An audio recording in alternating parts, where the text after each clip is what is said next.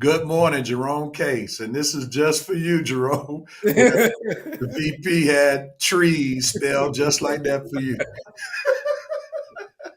Look, the VP said, that's what I do. Where's Coach? We're trying to work with his signal. As usual. You ready, Coach? That's better. Okay. All right. There he is, Sister Brickens. There he is. All right. And Mitchell White, what's up, man? My classmate from Mays High. Dope, my Celtics not trading Jaylen Brown for KD. Nope, KD putting Phoenix over the top to win NBA championship. Cope trying to cope with annoying Eagles fan. They're almost bad as Cowboys fan. Just imagine you getting it from afar. I'm in the You gotta live there. If you go to Philadelphia, I was in Philadelphia last night, everything is green. Yep. All the buildings are green. Yep. All the stadiums are green. I mean, it's so much green here, I'm going to vomit. And I know when I go to church tomorrow, since it's Jersey Sunday, it's going to be green mostly. Lord, have mercy. So St. Patrick's Day up in there, boy. I'm going to take some Pepto-Bismol just to deal with all of that green. All right. Now turns out into a mini Ireland. For sure. The VP said, Jerome, you know the routine. Stop by the dictionary and to you. All right, gentlemen, let's jump on in, man. We got some topics, and we're going to start with the biggest news of the week. It was not what was going on in Phoenix. It was not what happened at the NBA trade deadline, but there is a new scoring sheriff in town, and his name is LeBron James. Some may call him the GOAT. All right, so here we go, man. I'm going to start with Armani since he is a true LeBron fan in just a moment. Let me just give, we know it. Kelly comes in with her normal, hey, y'all, what's up, Kelly? Hey, you would come for this discussion, wouldn't you, Kelly? And listen, to Ms. Brew, we're going to make sure you have a barf bag. Thank you. I need one now, Miss Dana. Oh, man. So here it is. Great job, LeBron, A.K.A. LaQueen and Red Rose, eyes respect. All right, Damani. Talk about what the scoring title in terms of being the NBA all-time leading scorer means for LeBron James in your eyes. What you got? Real, wake me when this is over. I mean, I grew up watching LeBron James, so I mean, he's the greatest player in my era, and it's not even remotely close. I mean, when you think about the expectations he had coming into the NBA, and he exceeded those expectations, and then he gets to, the MVP can't win a championship, and then for his longevity, he's been doing it for the longest at the top of his game. And I still believe LeBron James is the best player in the NBA, even at this age. So, I mean, it's monumental. He took a great shot to pass Kareem. I mean, LeBron James is just, he's the greatest player in my eyes of all time. All time. Better than Jordan, better than Kobe, better than Kareem, all of them. He's the best player in NBA history, and it's not close. It's not close. Wow, the youngster said it's not even close. Redder Coach, which one of y'all want to jump in and reply to what Armani had to say? Coach, jump in there while we got your signal straight. What you got? I mean, he has done what most people didn't think he could do, or anybody could do. Now, they thought this was one of those unbreakable records, but he came in and, they called him the chosen one, and apparently he said, I'm going to live up to the moniker, the chosen one, and he worked at it, and, hey, you can't be mad at him. Kareem was gracious. I know Kareem, he was gracious. I know he wasn't happy because nobody's happy when you regular, but you are courteous, and you're going to say, hey, Congratulations to him. And hey, it happened. Good job for LeBron. Now the thing is anybody gonna catch you? Because he probably put up a lot more points, probably get to 40,000. So they're gonna start talking about the chances of catching. They talk about Luka. Said Luka might catch him, but I said Luka got to play about 30 years to catch LeBron, and it ain't happening. So, good job for LeBron. But LeBron, I got a question, and Armani, I'm gonna ask you this since you're in love with him. Well, you ain't in love with him. You like him. Why did LeBron sit down the rest of the game? What you mean? After he broke the record, he sat down. He hurt his foot. But his foot wasn't hurting before that. No, he overexerted himself. I mean, it was trying to break the record. Yeah, he was trying to break a record. I mean, he's 38 years old, year 20. Obviously he looked in the stands and he saw all the folk were there, ready. His kids were there. All the Hollywood greats were there. So he said, tonight is the night that I'm going to break the scoring title. And therefore, he overexerted himself because you knew he was going for the scoring title, especially when I think it was in the second quarter. He went out the game, and he was only out the game for like 2 minutes. Mm-hmm. And he went right back in. So it was clear he wasn't trying to wait till the fourth quarter. He was trying to get it out, done well in advance. And he overexerted himself. And he probably put too much on his body, and that's why he didn't finish the game, and that's why he didn't play the next game. He sat out against Milwaukee because he overexerted himself. Apparently, the ankle it's swollen, so he gonna have to rest it. I think he gonna have to rest it for a couple of 2 or 3 games. I'm asking that because going forward, will this injury affect him for the rest of the year? Hopefully, it won't. Well, or how long you think it's gonna affect him? I don't think it's gonna be that long. I think it was just he overexerted himself and his body just needs a quick break. There's been no report to say he has a major ankle injury because since the Lakers made the trade, nobody said, well, D'Angelo Russell and the guys that came with D'Angelo Russell are going to have to play a little while without LeBron. I think it's just a short situation. LeBron's body needed a break after he overexerted himself, and there's a good chance he probably plays tonight against Golden State. Who knows? Oh, yeah, he's going to play tonight. I think he'll play tonight. I mean, we discussed this last week. He can't give it all. He can only really have one good quarter where he can go full string. And if he was going full string.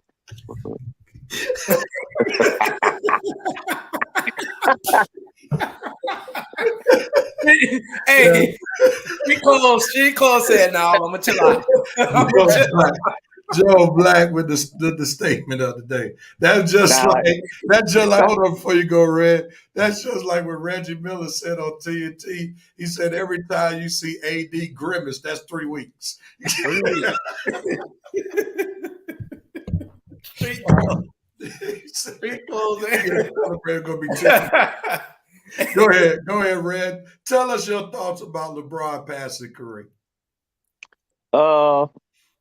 It was an amazing feat for LeBron to score that many points to pass Kareem. I'll say that. Dang, I never thought he'd get that record. I never thought he'd play that long. I never thought he'd score that many points because coming into the game, he was mostly a pass first. Well, a guy that would mostly pass first. He really wasn't looking to score, even though he scored 25 his first game. He was mostly pass first, get everybody involved, had that Magic Johnson type game when he came into the league. So thinking of him being a guy that would break the scoring record, no, I never thought that. So, yeah, this is a very admirable accomplishment for LeBron. I mean, I never thought he'd get up there with Kareem.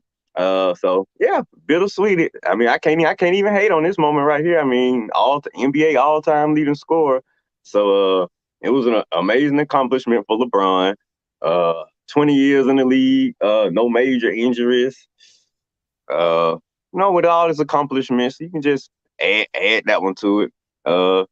Definitely solidifies his greatness. I ain't got too much, I'm not the biggest LeBron fan, so I'm not gonna be as ecstatic as Armani or as enthusiastic as Rev, but definitely something to acknowledge for LeBron James that he did pass Kareem Abdul-Jabbar, NBA's all-time leading scorer. You have to give him props for that. Can't deny that. Can't deny his greatness. Good Has he job, LeBron. surpassed, has he surpassed Kobe yet in your eyes? Well, he had been done that. Okay, so Yeah. okay. All right. Yeah, LeBron was always going to be ranked higher than Kobe. okay. Kobe is a copycat of Jordan. So All you right, can't put Kobe above LeBron if LeBron's an original now, can you? okay. I like that. Now, I like that. tell us. I don't think you believe LeBron is the GOAT. No, Am I correct? you're Who is the correct. GOAT for you? Well, I'm always going to have, if you ask me who I think is the greatest player of my time, I'm always going to say Michael Jordan.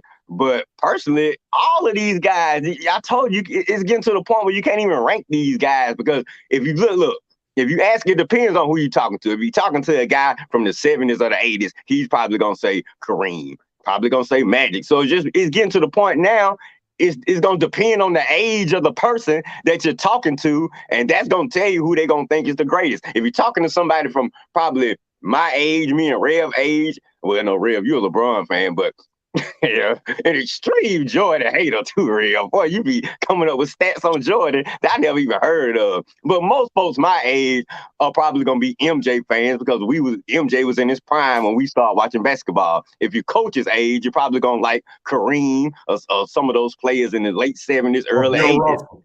Bill, coach, I didn't say that, coach. If you're Armani's age, of course, LeBron, maybe Kobe in his later years, but definitely LeBron is probably going to be the top player in your eyes. So, like I say, it's getting to the point where we just can't rank who's number one. But to say, I definitely say this: LeBron is a top 5 all-time player, and he's definitely one of the NBA greats. So, I mean, to me, that's about as far as I can go because, I mean, being one of the NBA greats is an extreme accomplishment.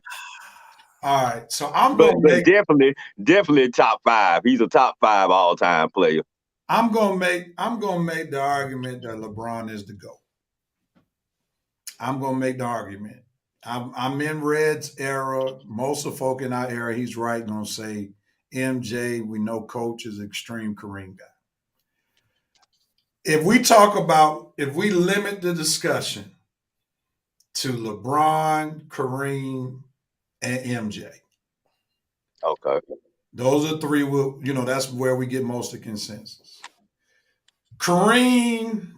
A lot of Kareem's success is strictly tied to Magic Johnson and Oscar Robertson. That's who he's tied to. MJ's success is mostly tied to Scottie Pippen, for he did not win one playoff series without Scottie Pippen.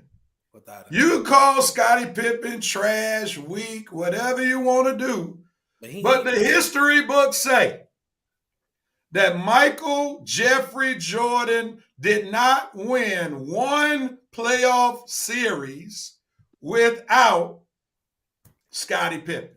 So I'm going to rewind here my argument. So most of Kareem's success is tied to Oscar Robertson and Magic Johnson.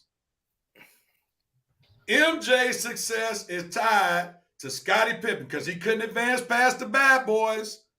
When Scottie Pippen had a migraine, he couldn't get out the first round until Scottie Pippen was drafted. I don't care if he only averaged 10 points. He didn't see the second round of the playoffs until Scottie Pippen came on the team. And LeBron's success is not tied to one secondary player. He won championships without Dwayne Wade, without Chris Bosh, without AD, without Kyrie Irving, D Wade, Chris Bosh, Kevin Love, Kyrie Irving, AD, except for D Wade. I'm sorry, take D Wade. But the rest of them folk, ain't none of them won a championship without LeBron. Oh, well, D Wade did it in his. That's why I moved him out. That's why. Okay, my bad. Yeah. That's why I moved him out. I'm glad, real. So let me go on. Kareem had Magic and Oscar Robinson. MJ had Scottie Pippen. We can't gloss over the fact that LeBron, in order for his teams to win, had to be Magic and Kareem together. Mm-hmm. He had to be MJ and Scottie Pippen together, because neither MJ nor Kareem ever led their team in points, rebounds, and assists all together in any playoff series. Ooh. Never. Points, rebounds, and assists, LeBron did it multiple times. And when we talk about LeBron's 4-6 record in the finals, we are holding his greatness against him, because he took trash teams into the finals when he shouldn't have been in the finals. The first Cleveland team didn't have a chance to beat the San Antonio Spurs. Nope. The two teams that he took Cleveland to the championship the second time, that lost to Steph Curry, KD, Klay Thompson, and Draymond Green, didn't have a prayer. And let's remember, it's because of his greatness. That's why Steph, Klay, and Draymond begged KD to come to Golden State to beat LeBron. But we don't talk about that in the 4-6 record. Whoa, Rev. We don't talk about that. Rev. We don't talk about that.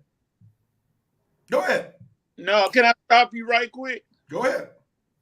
Armani, have you ever been to Rev Church? Mm-mm. You seem like you have, because every time he say something, you start clapping and agreeing like that. He embracing the truth. And The Bible said the truth shall set you free. We freeing some people today. We freeing some people today. So, and here's the thing. People always say, it's just, I just don't understand, because LeBron had to make his own team. The only real competent GM two competent GMs LeBron has had is Pat Riley and the Lakers GM. And that's questionable. And Rev, you're missing something great. You're missing something else. Michael Jordan had who as his head Jerry coach? Krause. As his head coach. Phil Jackson. The greatest coach of all time. LeBron won a championship with Tyronn Lue as his head coach. That's just a testament of how great LeBron James is. Not only that. Go ahead, Gamon. I'm sorry. My bad. Not only that, they had to make teams to stop LeBron. The Celtics, Ray Allen, KG, Paul Pierce.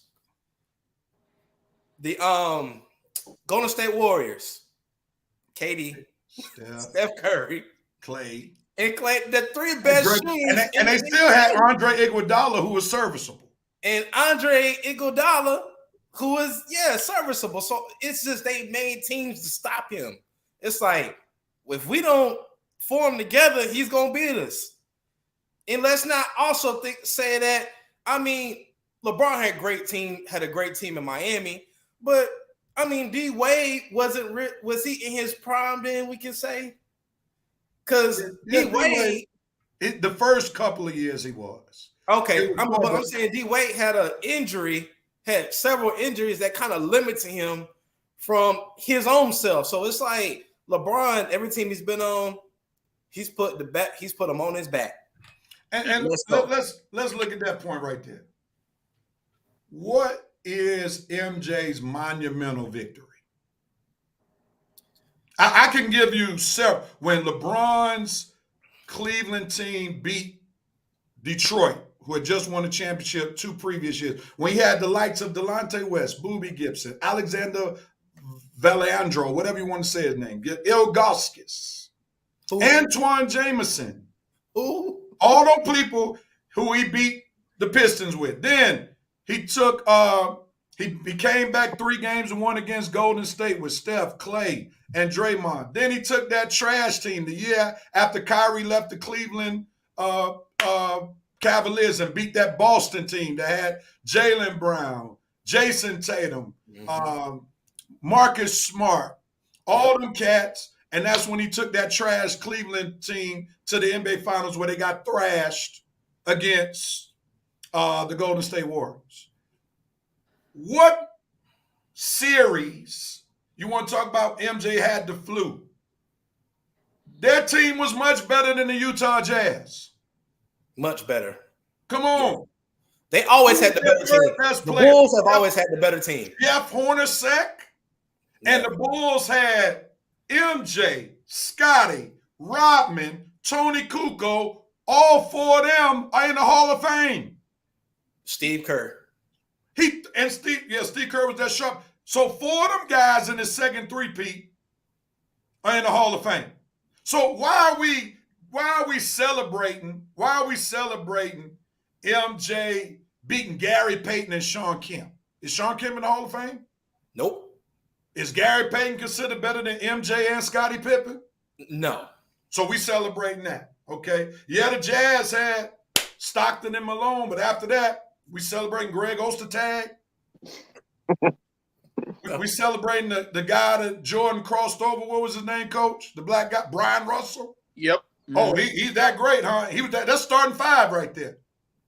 And then let's go to the first three-peat. Magic was out of his prime when they beat them. Worthy was out of his prime. When he finally beat the Bad Boys disassembled after that year because they were old. Mahorn would have left the team. Isaiah shortly retired. Lambeer shortly retired, so they were old. He beat Portland. The only major player they had was Clyde Drexler, who was the other Hall of Famer. Then Barkley, KJ was good, but he ain't no Hall of Famer. Darren Marley was decent, but my MJ always had Scottie Pippen. So when did he ever do anything as an underdog? Never. The only time somebody says when he beat Cleveland in the first round in Game 5, and that was against Mark Price, Brad Daugherty, Larry Nance, Ron Harper, none of them in the Hall of Fame. It might not get in the Hall of Fame. Ron Harper might sneak in there, but I don't. Come on now. It's been past time for his induction on money. So I want y'all to hear me to say, LeBron played with a whole bunch of Hall of Famers, but he's been successful without them. That's my point. MJ has no success, no playoff series wins, no championships without Scottie Pippen. Period. You can't find me the series that MJ won without Scottie Pippen. So how can I consider somebody the GOAT when their greatness and success is all predicated on one guy? Mm-hmm. And that one guy won a playoff series without MJ. Wait a minute. He almost Pippen. I think they almost went to the. Almost went to the finals. I think they went to the Eastern Conference. Tell me what's ridiculous. Second round. Tell me what's ridiculous. You can't handle the truth. Tell me what's ridiculous. Did MJ win a playoff series without Scottie Pippen? Yes. Nope. Tell me. Yes. When? When he was with the Wizards? No, he didn't. He what? They didn't make the playoffs. He didn't make the playoffs. I know it's hurt your feelings. I know the truth. You can't handle the truth. If y'all don't like LeBron, you can't handle the truth. And then come on, Tony, if you go, Vincent. And then it's I don't want to hear like about no different eras. I don't want to hear about no different eras. The bottom line is, if you can win, you can win. Basketball is basketball. And if we want to talk about different eras, let's look at the competition MJ played against. Almost every 2 guard he faced, if we want to talk about eras, were non-athletic white boys. If we want to be real about it. If we want to be real about it, let's talk about the era. If y'all want to be real, Craig Elo, is he jumping out the gym? Nope. Jeff Hornacek, is he jumping out the gym? Nope. He played Seattle in the playoffs. Hersey Hawkins, was he a great leaper? Nope. These are the folk MJ abused. Dana, y'all in trouble tomorrow. Come on now. Look, it's lunch money. Talk back to me. Y'all want to talk about errors? Look at all the athletes LeBron's had to face. MJ was the highest leaper. Yeah. You think MJ leaping over everybody like that now? Mm-mm. Not only that, I mean, Golden State, they had the best 3 shooters in the NBA on one team. Who? KD. You were playing. Okay, I thought you were talking about Draymond. Steph and Clay. They had the best 2 shooters. I mean, it's just the level of competition LeBron had to face versus Jordan. It's not even close. It's not even close. It's not even close. I mean, you can you might have a case with that when he went against the Mavs team, which is the only series I'll say LeBron kind of he wet the bed. He wet the bed. That's the only series. Ain't no kind of about money. But let's put context to it. This is when he and D Wade were battling about whose team it is. Dwayne Wade taught him how to in that series. And finally, when Dwayne Wayne said, okay, let's talk about what Sister Brick said. We're not denying. Here it is. You enjoyed the Jordan era better. Now, let me just say this. The Jordan era, I would say the players were more skilled. I won't deny that. They were more fundamentally sound. They had better basketball IQs. That's the era I learned how to play basketball. Okay, so I'm not going to deny that. Now, when we talk about athleticism, it's not even close. And really, what it made MJ is the fact that he was more athletic than most of the players. What players could hang in the air with him with his hang time? Nobody. I mean, come on, man. Them little slow white boys he was dogging out. Come on, man. So MJ is a dog. Don't get me wrong, man. But, like, if LeBron, and then you want to say LeBron only got 1 scoring title, he's showing you in year 20, if he wanted to average 30, he could average 30. And that's saying a lot. That's saying a lot. That's saying a lot. He's telling you. Okay, now here. Let me tell you, Tony Jackson. Here's the problem with your argument. Uh-oh. It could be argued. We're going to talk about 2 different games. MJ was playing in an era where most of basketball was one-on-one. If you tried to double a lot, there was a such thing back in the day called illegal defense, which is no more in the game. They have 3 seconds in the paint. A lot of teams could have slowed MJ down a lot more in this era than the last era because you can play zone now. You couldn't play zone back in the era that MJ played. MJ would have had to be a great 3-point shooter in order to have really functioned in this era of basketball. Nobody can really play the 2-guard or the 3-guard position without being a proficient 3-point shooter in these days. So if you want to talk about eras, MJ could have been double teamed a lot more in this era of basketball. Yep. Because they can play zone. And I mean, again, going back to, hold on right quick, Armani, hold on. Oh, they doubled that. Okay, you could double team most of the double team. Let me help you out, bro. Let me help you out. Because I'm a basketball enthusiast. I'm a coach out there. Most of the double teams happen if somebody was guarding the ball and they would dump it down to MJ in the post, and the person who was guarding the ball would double down.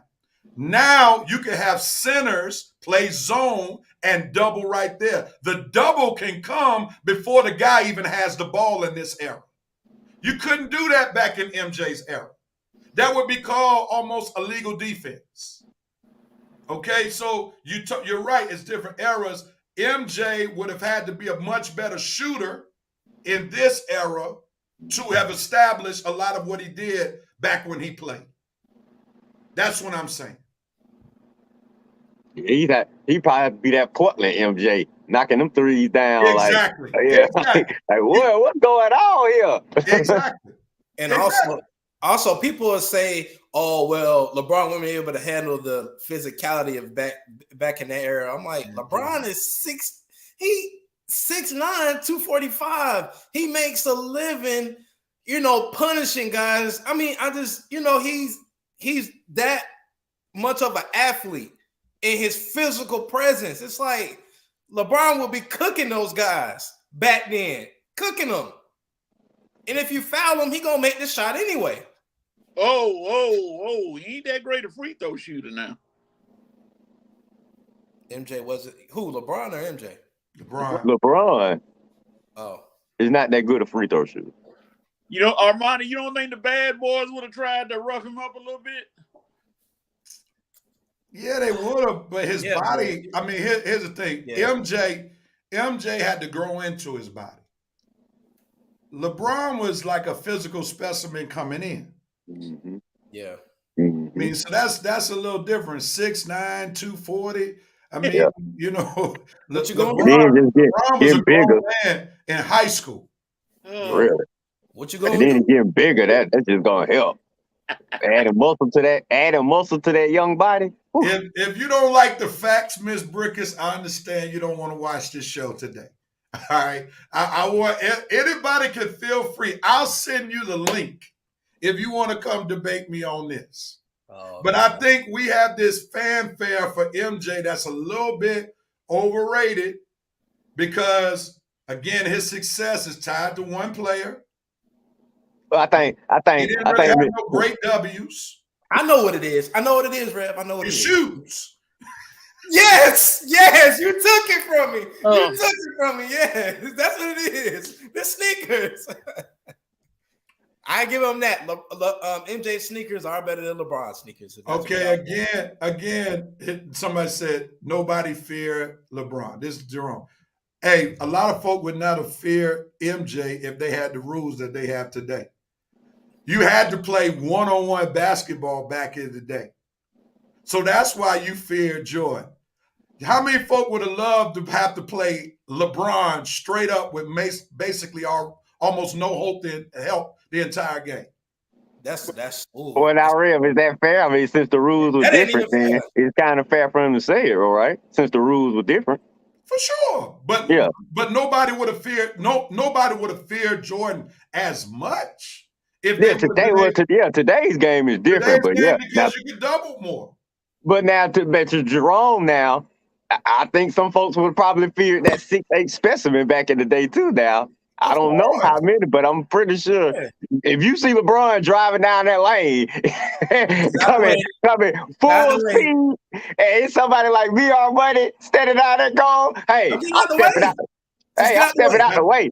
That's a business decision. Good. Hold on, Ram, I let Ram try to check LeBron. Good point, Vincent. You're right. They did fear him because Golden State put a team together to stop LeBron. The Celtics, Danny Ainge, put a team together to stop LeBron. So, yes, the GMs feared him. You're right about that. Good. You're right. That's a good point. The GMs feared him, but the players back in the day were fearing Jordan. I mean, even before the game started, they used to ask him before the game, well, how do you guys think you're going to stop Michael Jordan today? Well, I don't really know if you can stop Michael Jordan. The only thing you can do is hope to contain him. Hope to contain him? What kind of soft answer is that? Dude, you better play Michael Jordan. Even if you can't stop him, you can at least say, we're going to do everything. Yeah, we're going to stop him. We're going to do everything we can. We got to go out there and play some ball. No, not before the game started our money. They already cowering in fear. Ooh, what are we going to do? I mean, it was red in their defense, man. You know, when you had to play MJ straight up, that was a tough task. Yeah, tough task, but Lord, they was already scared before the game even started. You didn't really have as much help back then. So MJ was taller than most two guards. More. Well, you said he had Scotty. No. I'm talking about when you had to defend him. Oh, okay, yeah. Talking about 1-on-1. Yeah, man. I mean, come on, man. And the thing I like about LeBron too, LeBron can play every position on the court. What you expect me to say, Miss Dana? I can't butt in with all this LeBron talk going on. What you want me to say? LeBron can play every position on the court. Jordan can't do that. Every No. position he can play. No. Every position. You can't disagree with that. And he's the best player at his position of all time, too. So, I mean, you know. Well, Again, some Bird fans might disagree with you right there. Jerome. The Bird fan, I mean, the Bird argument, I'm sorry, Rev, the Bird, I can't agree with that. Bird was a better shooter, but better But not player. Now, Bird, they feared Bird too. Now, Bird was a dog, man. Bird, and that's because of playing one-on-one. Because Bird could post you, Bird could shoot a jumper in your eye. I mean, that Joker was cold, man. Forget him being white. That boy was cold. Yeah, he was. He was cold-blooded. But I think we got to understand the fear is relative now, because again, you can help now in this era. Back in that day, you had to literally play MJ straight up. And that's a different ball game. I mean, think about how cold Charles Barkley was, because he was athletic, big, could shoot, could handle the ball. He could back you down. So he was going to eat your lunch. Yep. He was going to do that regardless. One-on-one. Now, if you ever saw, Barkley was my favorite player at one point in time. Barkley would not have been as effective in this era because a lot of his points came off backing people down. Yeah. He backed down nobody no more. Yeah, you got to be able to shoot. They'll call 5 seconds if you try to back down on him. Oh, man, for real? Yeah. If you try to back down somebody, you'll start seeing the ref go 1, 2. Because Barkley would take 15 seconds backing down somebody. Probably so, yeah. That was his game, man. But we'll shift gears real quickly. And the reality is that debate about GOAT is going to be in the eye of the beholder. The good thing is the Lord has blessed us with great talent in almost every era. Now, I want to switch real quickly.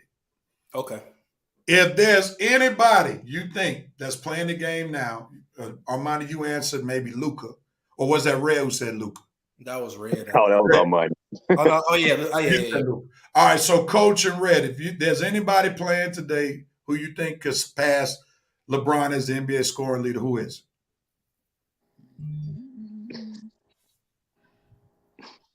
Nobody I can think of right now. You got anybody, Coach? I mean, you look at if Steph continues volume shooting, he probably the only one that can come close because he shoots a lot. He had the ball in his hand. So Steph's injury. His health not gonna make it, Coach. I mean, last 2 years, he out for a month and a half last year. He out for a month this year, out for long. Yeah, I think Steph gonna wear down too. I think all these players. So you gotta think it gotta take a player with commitment, dedication, commitment to the game, dedication to his body, unselfishness. Like I say, it takes a lot to do what LeBron James does. I mean, as far for getting his body ready for the season, the durability, and for me, the way a lot of these players coming these days, it's a lot of me attitudes. There's a lot of I got to get mine, and then the talent, the talent pool is not like it was back in the day. I mean, it's not that like what was Real saying earlier. He looking at the tournament and he can't find one American guy, one American star coming into the NBA next season that he can put his hat on and say, I can't wait to see that guy play. Well, if Real can't look at one guy in the coming 2023 draft, who is coming in is going? Nobody playing now is going to pass LeBron. Nobody has that durability. Nobody has that commitment. Nobody has the love and dedication for the game that I see in LeBron's eyes that's playing right now that I think can hang on for 20 years just to break that record. No, I don't see it. If I saw somebody, like say, you could say maybe somebody who can shoot threes a lot at a massive record, but even Steph Curry's health, injury-wise, and we don't know how passionate Steph is about the game. We know he loves playing. We know he loves shooting, but is he passionate about the game like that? And on top of that, he already has 4 rings. So he's so accomplished. I don't see Steph hanging on just to get a record or two later on down the line. I think when Steph realized that his legs and his ankles are gone, he's gonna hang it up. He's got Aisha, he's got those kids, he's got the commercials now. He has a lot to look forward to after the game. So I don't see Steph hanging on. I don't see nobody playing these days. None of the top stars, Trae Young. I don't see. Y'all just gonna have to realize LeBron. It pains me to say this. Once in a generation. He's just one of a kind. He's just that generational talent. He comes along once every 20 years, 15 or 20 years, and you appreciate him when he's here, and you miss him when he's gone. Well, here's the one thing as we get ready to close this segment out. Here's the one thing that we cannot dismiss. The fact is, he came in a dog. He's leaving out as a dog. Yep. He came in averaging 20. He 20 years later averaging 30.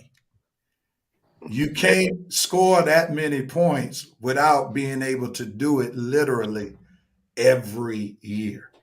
And that's the difference between LeBron and most guys coming in the one and done era. They're not averaging the kind of points that LeBron came in averaging when he first came into the league. That's why if he stays in the league a little longer, and there's reports he's trying to stay in, until his son gets in the league, and that could possibly be as early as 2 years. He's still going, if he averaged 20, that's still a lot of points. So it's going to be almost impossible to get him unless somebody comes in their career balling for 15 to 20 years at like a 30-point clip. It's just going to be almost impossible. And the reason why I say I close this, that LeBron is the GOAT, because think about it. He could have done what Mike did, but he was passed first. There's nobody who can't tell me LeBron couldn't average 30 if he didn't want to. Because he's doing it in year 20. So if LeBron wanted to be scored first, he could have been that. So that's why when you tell me, Jordan got more scoring titles, it's like LeBron could have done it if he wanted to. But then on the flip side, Mike ain't nowhere near the career assist leader. LeBron number 4. So how many people was LeBron responsible for scoring? Plus, he did his own scoring. Who else can say that? Nobody. Well, was that Keith Sweat? Somebody said Keith Sweat? Nobody. Nobody. I'm gonna leave it at this. We're gonna miss him when he gone. Man. I won't. Yeah, of course you won't. You won't, but I mean, it's just like I said. I grew up when LeBron came in. I was like 8, 9 years old. So I mean, I'm not as old as you guys. I'm sorry, but he's to see him come in, man. LeBron's first shoe deal, I got his first pair of shoes. So I was kind of hyped up over LeBron when he first came in, and ever since then I've been following his career. So yeah, but most folks your age, that's how. I mean, like I say, he's the best in your generation. Yeah, the best. Yeah, easily the best player in my generation. Now, like I said, you're gonna have folks. You're gonna have fans in the '80s that's gonna argue Bird. Now I don't know anybody before Bird they gonna argue, but yeah, definitely it's LeBron and. I mean, top small forwards in my generation are LeBron and Larry Bird. So, yeah. I mean, it's either one of those two. Anybody else you bring it up, I ain't going to even listen to. So. I hate that Dr. J ain't in that category. Doc wasn't better than Bird, though. I used to hate that too, man. Oh, yeah. I got to go Bird over Dr. J. Now, I get Dr. J athleticism and dunks, but Bird overall. Dr. J flashy. Yeah. I mean, when he played with the Wizards, Mike was still averaging 20. He was still averaging 20. He did well. All right, gentlemen, that was great conversation, man. We're going to pause for halftime, and then we'll come back with pretenders or contenders. We'll go ahead on and finish the second half of the show, if y'all don't mind. So let's go right into halftime. We thank y'all for listening to our Dope Note Coat. Also, the LeBron talk. We got some more basketball coming. We got 5 for 5. Then we got the Super Bowl picks. So hang out with your boys for the second half of the Red and Red. I forgot about the Super Bowl. We'll be right back.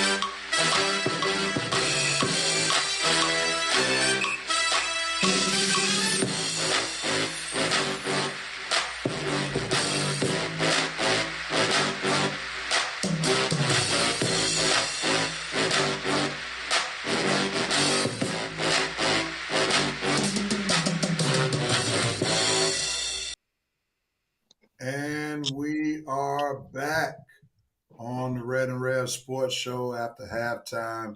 Had some great talk. Let's see. We got some comments.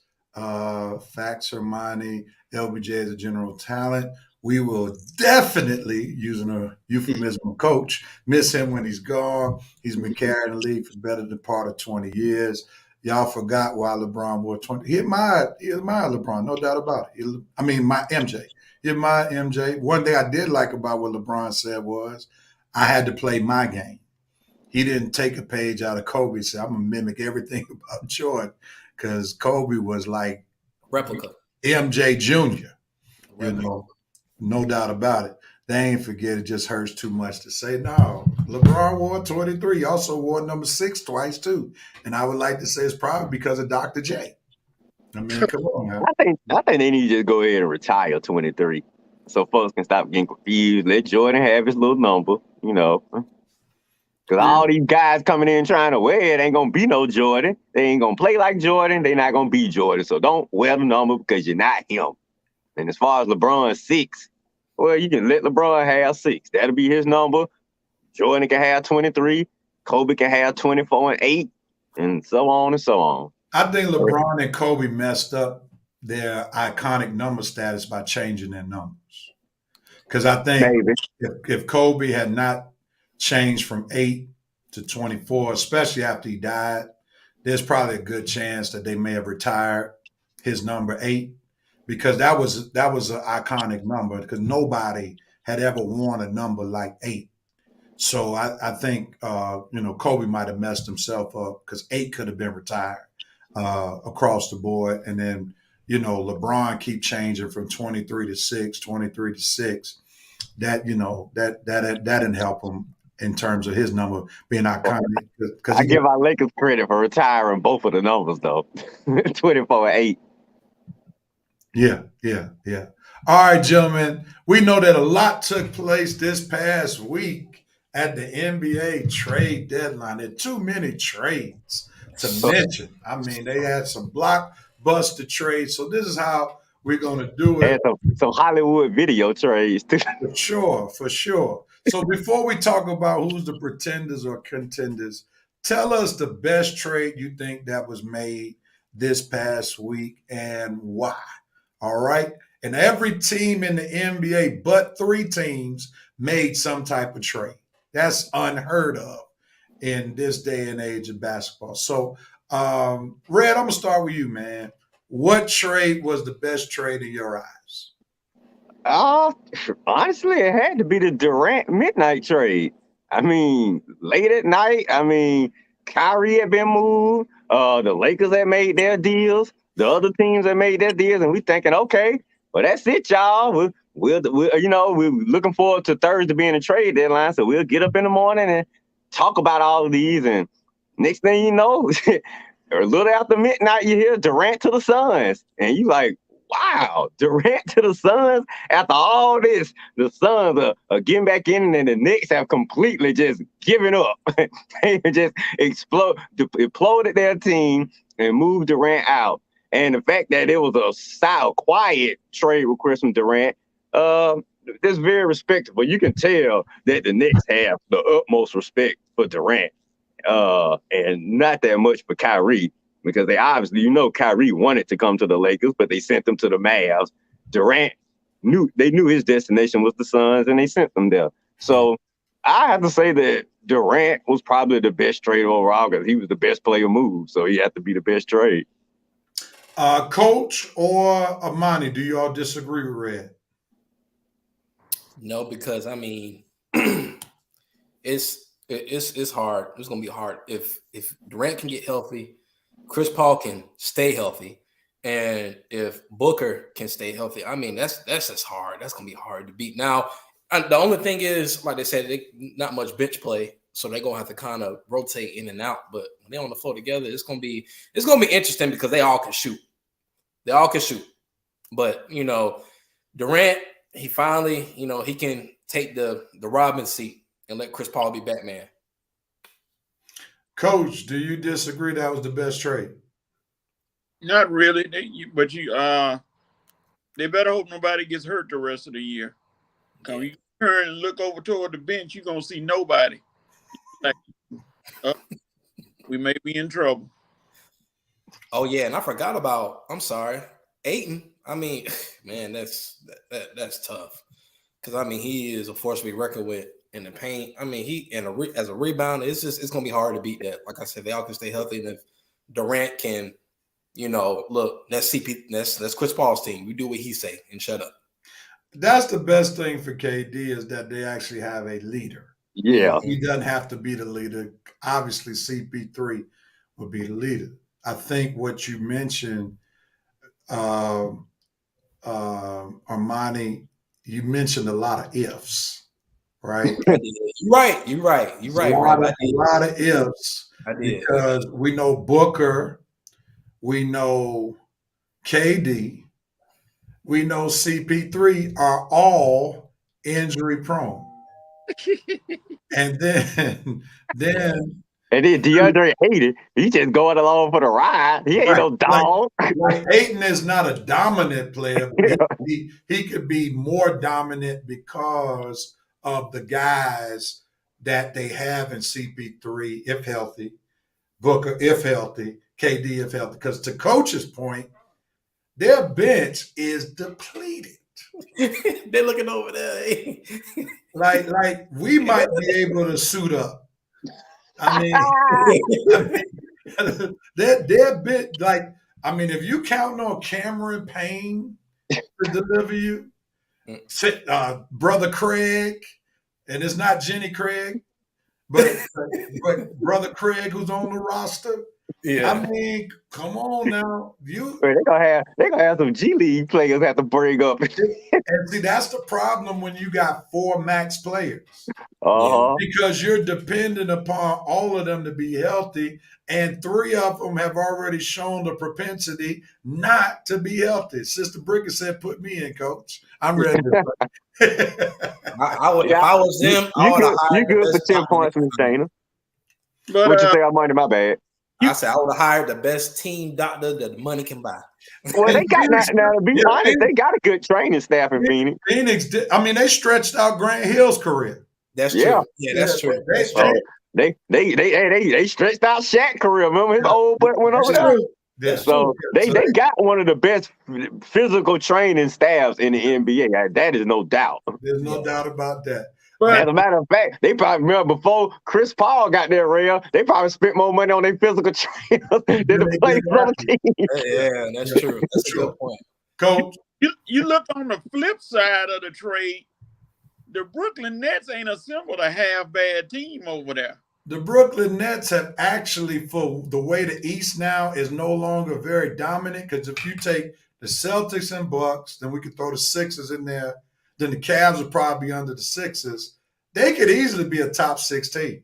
Mm-hmm. Because you got the boy Cam. They got Cam Thomas, Mikal Bridges, ain't no slouch. Cameron Johnson can shoot the rock. They got a bunch of role players, but they got enough across the board. Finney Smith is not bad. So I can see Spencer Dinwiddie. Yeah, I can see the Nets being the 5th. Whatever. But anyway, y'all was doing good till you said that. He's on the team. We can't deny that. He's on the team. I'm sure the Nets want to deny it. Cool. So they could easily be the 5th or 6th seed in the East. It's going to be interesting to see how the Hawks are seeing, because now that the Nets are no longer the Nets, they should be able to make some movement, because they have probably, after the Cavs, they probably have the next best roster. Yeah. So they should be a 5th or 6th seed before it's all said and done. Now is that with or without Sadiq Bey? I say with or without. Okay. I agree. The Hawks are a disappointment because they should, right, Red? They should be a little bit higher than they are right now. For sure. Because you look at their backcourt, DeJounte Murray, Trey, solid. Hunter's decent. John Collins, decent. Capella, then you got the shooters off the bench. They have a good roster. I like Griffin and Johnson and Bogey off the bench. Yeah, they got a solid bench. Like their roster is better than Brooklyn's now. John And my fact, Rev, how about our bench is better than Phoenix? Agreed. It's not even close. Rev Don Collins wiped his forehead again, saying, "Thank you, Lord." I ain't Oh man, because he was out. They were about to send him to Phoenix. They about to send him to Phoenix. All right, so let's do this real quickly. Let's do this real quick. We got pretenders or contenders. We got the trade, so we know KD goes to Suns. We know the Lakers got D'Angelo, Russell. We know the Mavericks got Kyrie. The Celtics stayed pat. Oh, they did have an upgrade. They got Mike Muscala. Good Right. Another shooter. Good shooter as a stretch five to add to their center depth. Oh, and add the Bucks. Okay, we'll add the Bucks. Jay Crowder. With Jay Crowder, and they already got a good roster. All right, so here we go. These are short comments. Yes or no, and why? And just one sentence. All right. I try, Rev. And why? All right. Here we go. Contender. Oh, I'm sorry. Not yes. Yes or no. Are they? No, I'm sorry. It's pretender, contender. So answer pretender, contender. One sentence. Why? All right. First one. Suns. Pretender, contender. Red. Contender. Why? Because I mean, they got a top heavy, they got a top loaded staff, starters, and all they need to do is stay healthy, and they ready to rock. Red. Armani. Suns. Pretender, contender. Why? Contender for the same reasons Red just said, and CP3 is their leader, and I think he can be the leader that can win them a championship. Coach. Pretender, contender. Suns. Why? Contender because they got gunners. All right. Armani, on you. Lakers, contender or pretender, and why? I'm gonna say contender. And because LeBron, for one, and for two, he has shooters around him that can kind of help him and ease those minutes. So contender. Coach, pretender, contender. Why with the Lakers? Pretender because they need time. I'm about to say you said pretender because Westbrook is no longer on the roster. No, they need time. I'm just messing with you, Coach. I know that's a sensitive topic for you. Let me not say that. Red, your team, pretender or contender? Why? You might be a little shocked with this. I'm gonna say pretender. Look at what coach said. We may not have that much time left. We on a 3-game losing streak. So I'm saying pretender now. One sentence. Pretender. Pretender. All right. Coach, Mavericks with the addition of Kyrie, pretender or contender? Why?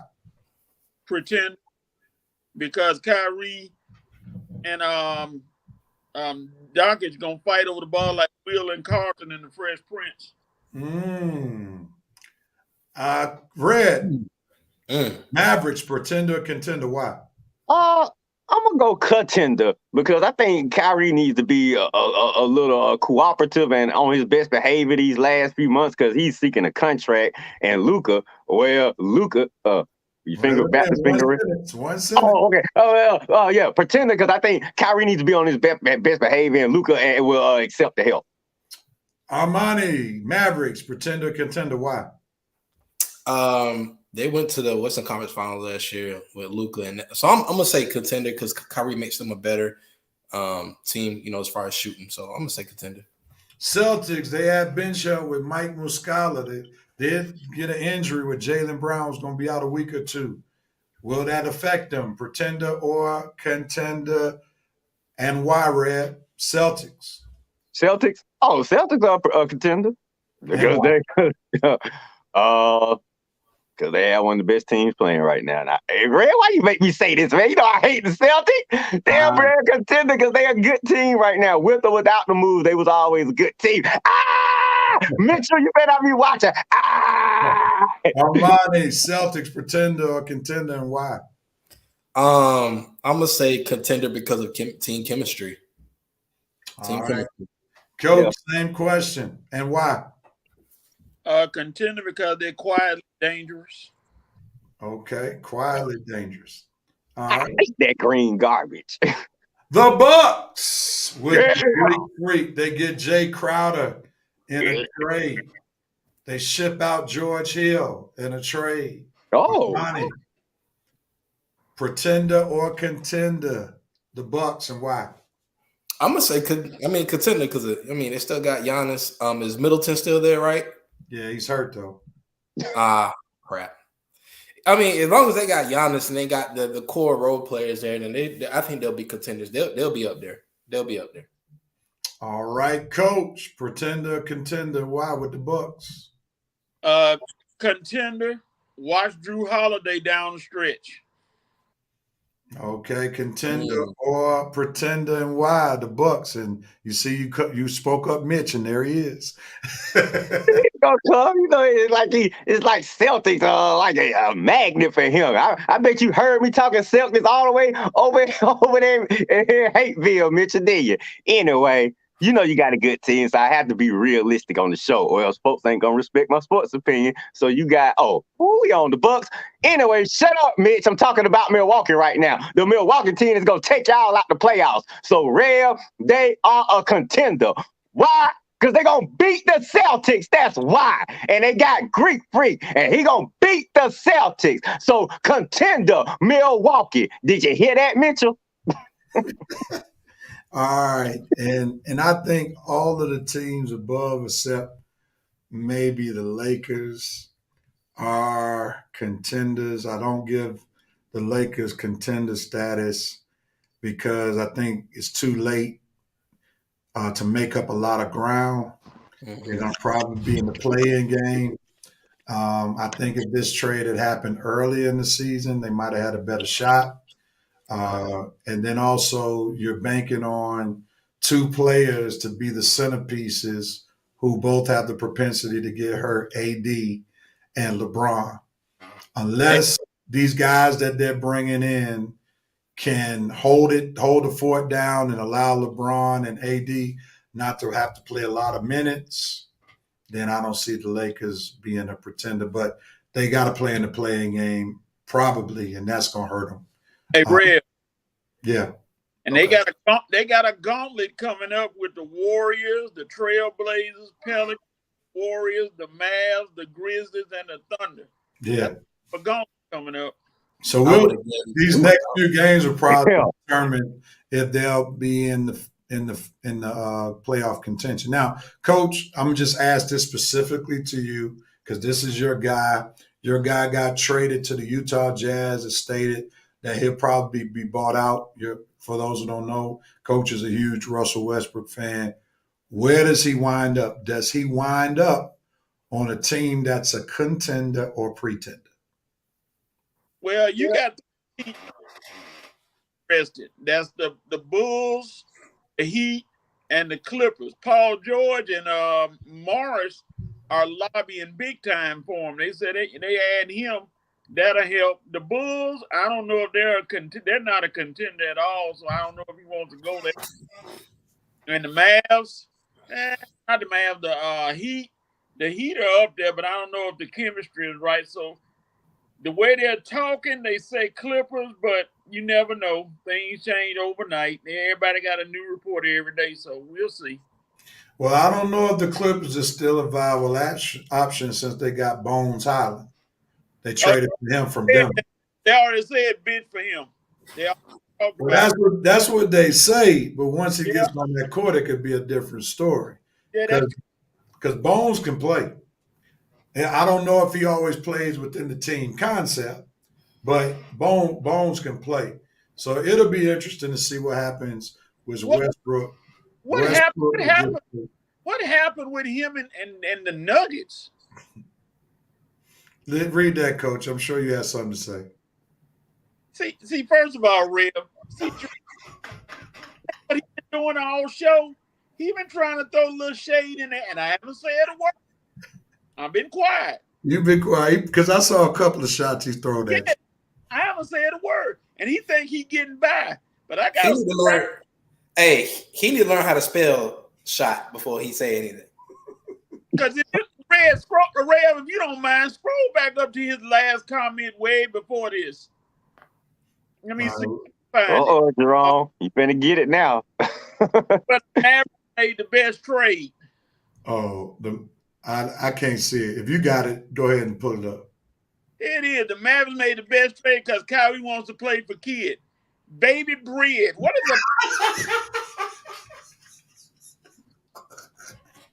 is a bread? And I assume you would try to say bird, Jerome. yeah, Boy, you need to learn how to spell, man. Or do your spell. You got the worst spell check on online history, man. but Red, you said it earlier. If you gonna do something like this, you gotta know how to operate a computer.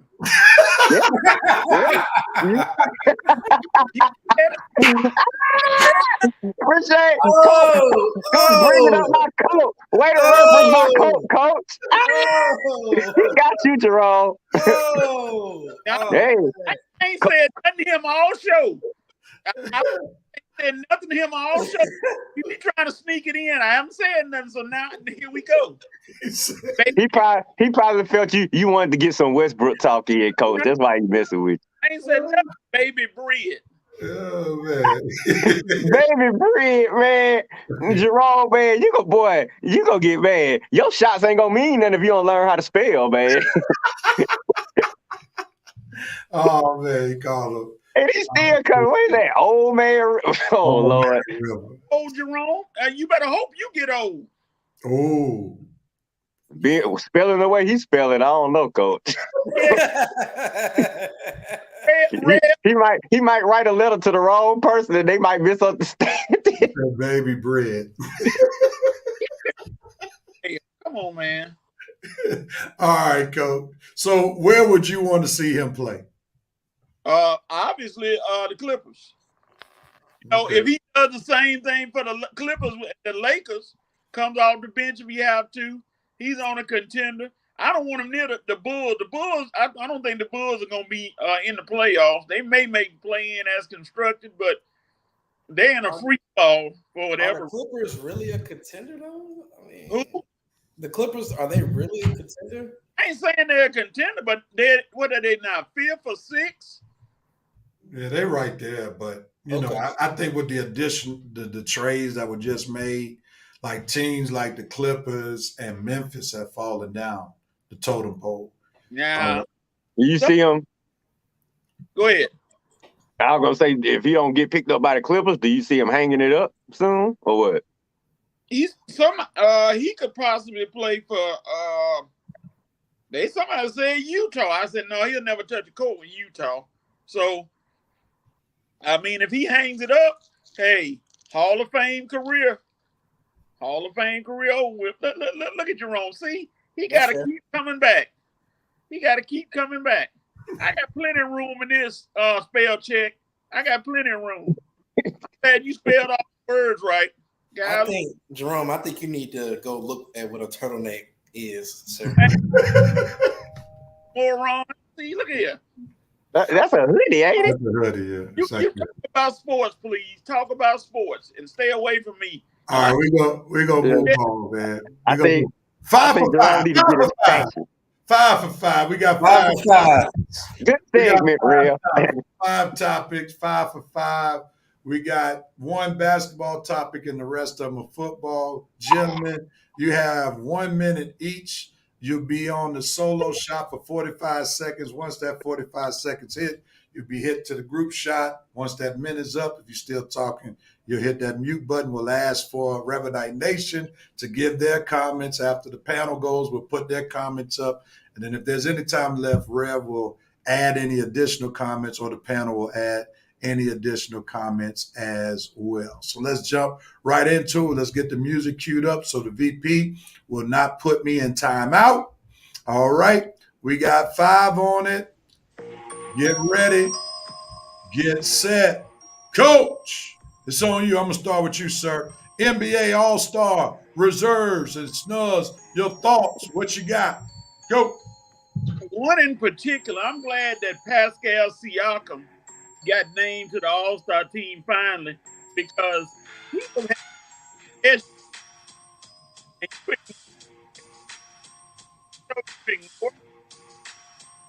All right, cool. We're about to come back to you. Your sound not right.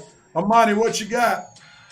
I mean, I think it's a good group. I think didn't they sneak on coach's boy in there, Westbrook. Westbrook. Oh, No.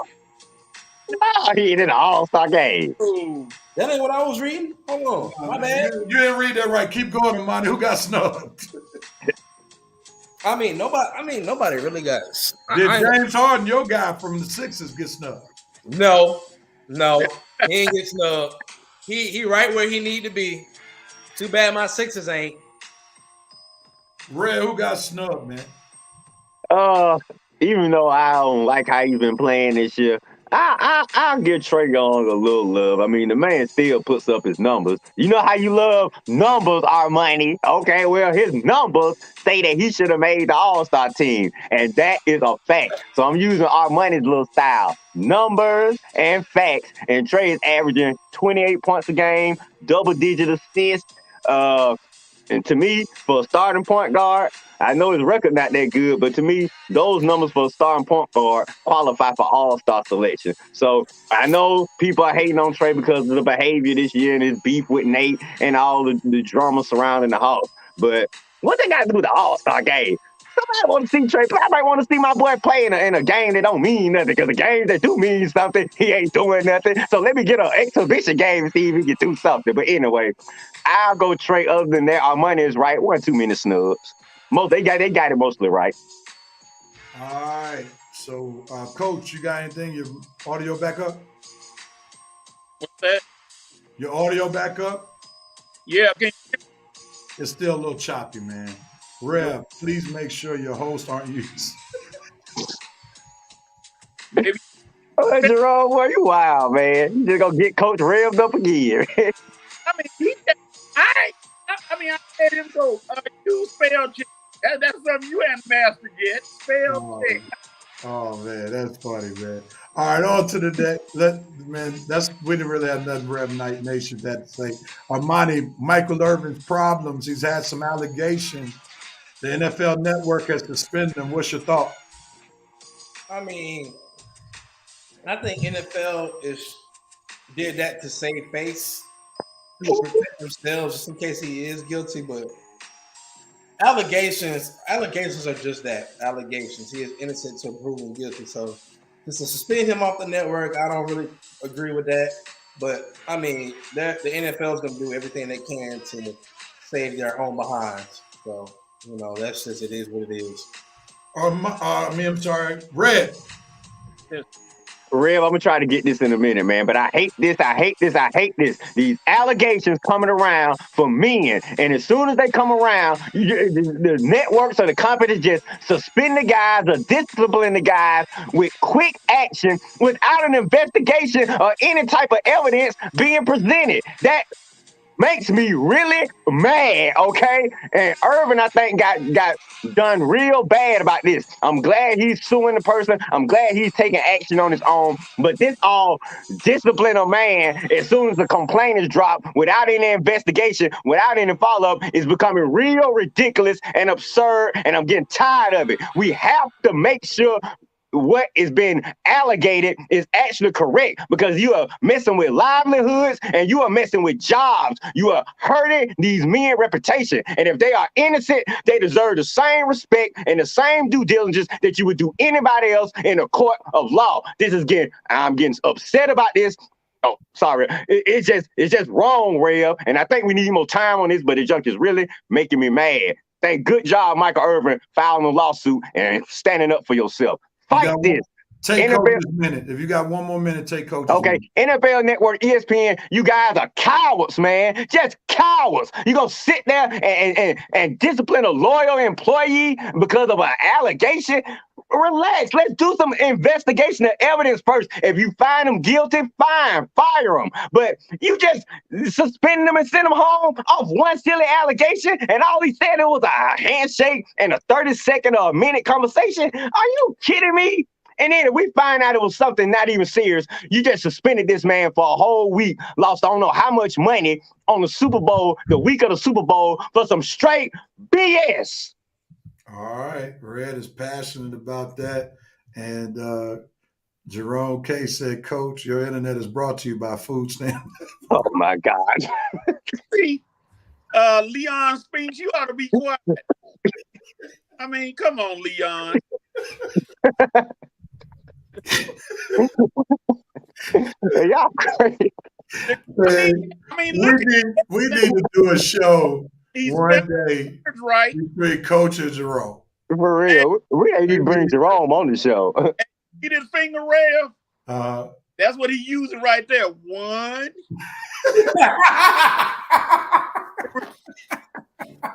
Coach, I thought you were going somewhere else with that for a minute, man. Hey, Armani. I really thought Coach was going somewhere else with that for a minute. Hey, Coach, I'm glad you stuck into the computer. He's probably the only dude I know that tried to use correction fluid on a computer. Face his mistakes with correction fluid, and then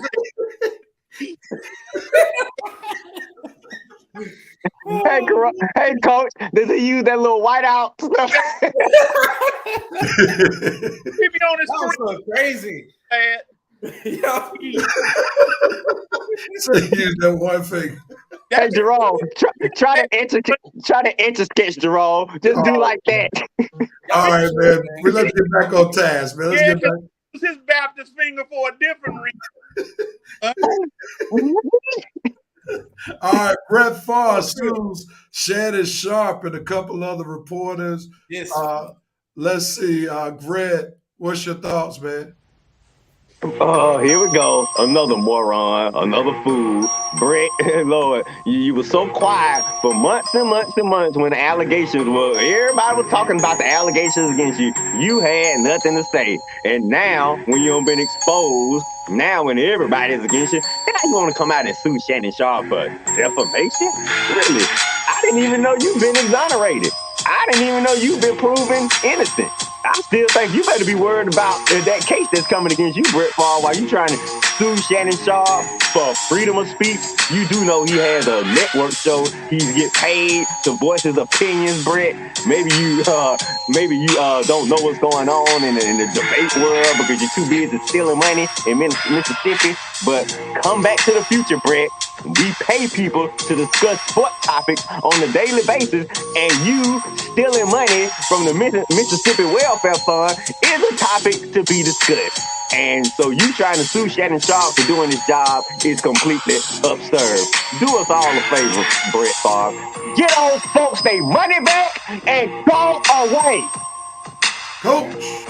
See, Fed, you messed up. You said case. The wrong thing you talking about. You messed up. All right, my hood gonna give that money back. I heard somebody tell me he's gonna try to play out and like he already got it good. Now try to weasel it back to I think they Coach, I'm gonna put you on mute and your sound because all right, go ahead. Armani, your thoughts. You just gave Jerome some material. I mean, Brett, listen, if you need money to pay them people back, just say that. Just say that. Just say that. Through them, get that people money back. Listen, if all you had to say was Shannon, Pat, I need help. I need help giving these people their money back. Can I just get a donation, a $1 or $2 million donation, so I can help give these people their money back? I mean, I don't understand what you mad at them for. Defamation of character? Are you serious? Look at your character. You stealing from poor people. That's crazy. Straight cold. I think the nerves out of it. That's some nerve. The music is too loud. Coach can't catch the beat. He's mixed up, Man, this is getting awful, dude. You can't talk trash if you keep misspelling your comments, bro. Yeah. Brett Favre just committed a man law violation with that one for sure. All right, let's go on to the next topic. Coach, we're going to try to roll with you, man. Here we go. It's on you. Football Hall of Fame inductees. What's your thoughts, Coach? But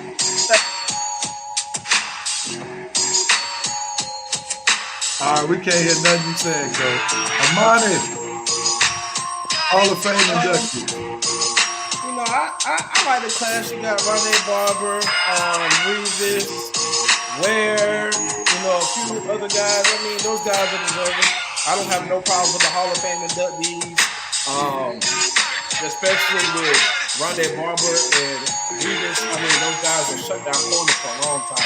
Well, I don't know about Reeves when it came to Randy Moss. But anyway, yeah, I mean, good class. I agree with the class. They didn't give it to nobody that didn't deserve to get in. Every one of those guys deserve to get into the Hall of Fame. Red. It's a great class. Headlined by Joe Thomas, DeMarcus Ware, Darrell Rivas, and Rondé Barber. It was mostly defensive class. And like Armani said, all those guys deserve it again. They were all great players in their day. Joe Thomas, I love you, Joe Thomas. I just hate you had to suffer through Cleveland Browns all those years you played in Cleveland. Didn't make one playoff game, probably got 10 wins total in your whole career. Man, this goes to show you, Armani, what did I say? Don't have to. It don't matter if you're on a good team or whatnot. If you just play your position, good, you can make the Hall of Fame. Joe Thomas, with all those sorry Cleveland Browns teams in the 2000s and early 2010s, dude made the Hall of Fame, first ballot. He played his position. He did his job. Didn't have no quarterback. Didn't really have no team or a coach. But good job, Joe. You came to work every day and did your job. I wish you had a quarterback to protect for all that good protection you gave, and you had no real quarterback to give it to. Man, Joe, Lord, why didn't you ever ask for a trade, man? Yeah, look at the organization he was with, the Browns. Yeah. I mean, but the fact that he made the Hall of Fame, I mean, he was that dominant at his position, even with all those sorry teams. Yep. All right, the music is loud. Coach, little break. Nah, she corrected herself. herself. I don't think Rondé Barber is cat material. Where's Joe Jacoby? O-line Redskins, he's more deserving. He's telling your age, Maurice. Coach is making partial payments.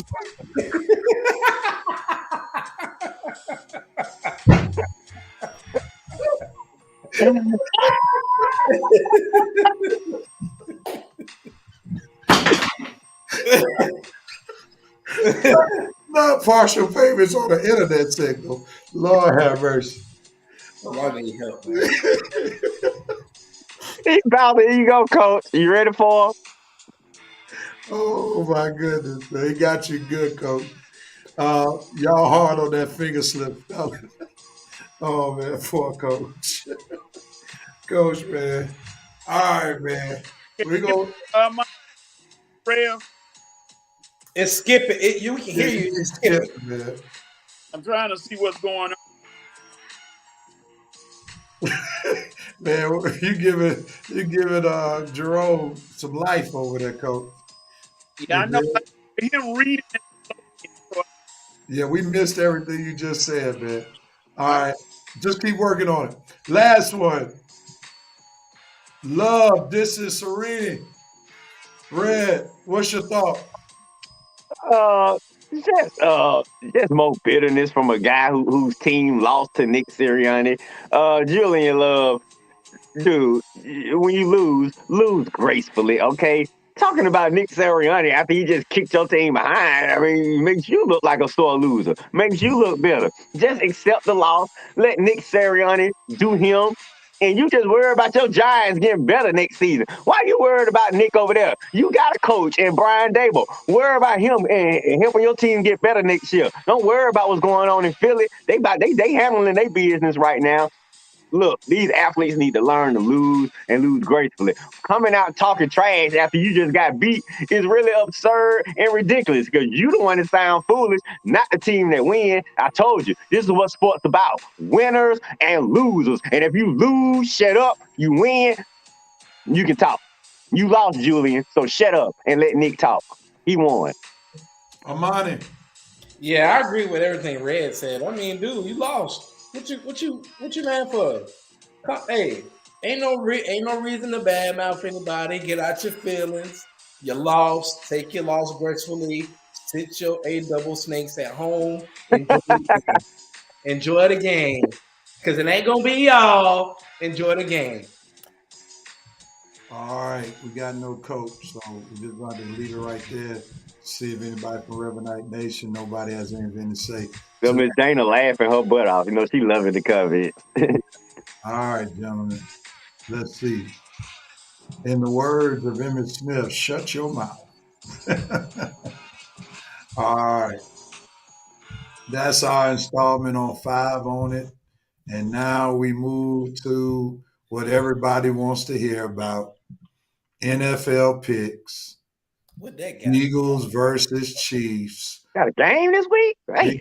I mean, that shows you what kind of week the NBA had. Yeah. To really outshine The Super Bowl. The Super Bowl. Yeah. And all that. I mean, because this is not a starless Super Bowl. No. Patrick Mahomes is your MVP, arguably the biggest star in the game. Philadelphia is one of your bigger football markets, one of the most passionate fan bases. You got the story where the old coach goes against his old team, and so it got all kind of stories. Jalen Hurts, was second or third in the MVP ballot. Two black quarterbacks to break history, and you got all these stories. There's some good stuff, and it took a back seat to all that the NBA had to offer. We had been talking about no Super Bowl week stuff, no interviews, no Super Bowl, none of that. Super Bowl live, none of it. I just show up because what Marshawn Lynch say. I came because they pretend not to get fined. Yeah, I just come out to get fined. We ain't heard none of that. No comments this week, man. I know they've been talking to him. It's just nothing has overshadowed these NBA trades this week. Man, they let you know. The NBA said they getting tired of the NFL. They tired of taking the back seat to the NFL. So we're going to wait till Super Bowl week to drop our biggest bomb. And they have it because fans are definitely looking forward to the second half of the NBA season. Super Bowl will be over with in 2 days. Man, I tell you, NBA is taking a step up. It's crazy. Coach Jerome had one more for you. I saw it. We know prayer changes things, but that signals. Yeah, boy. I'm good. Hey, Rev. Rev. Yeah, I'm listening. Is he the only preacher that you know that goes to the pulpit with a dictionary and a Bible?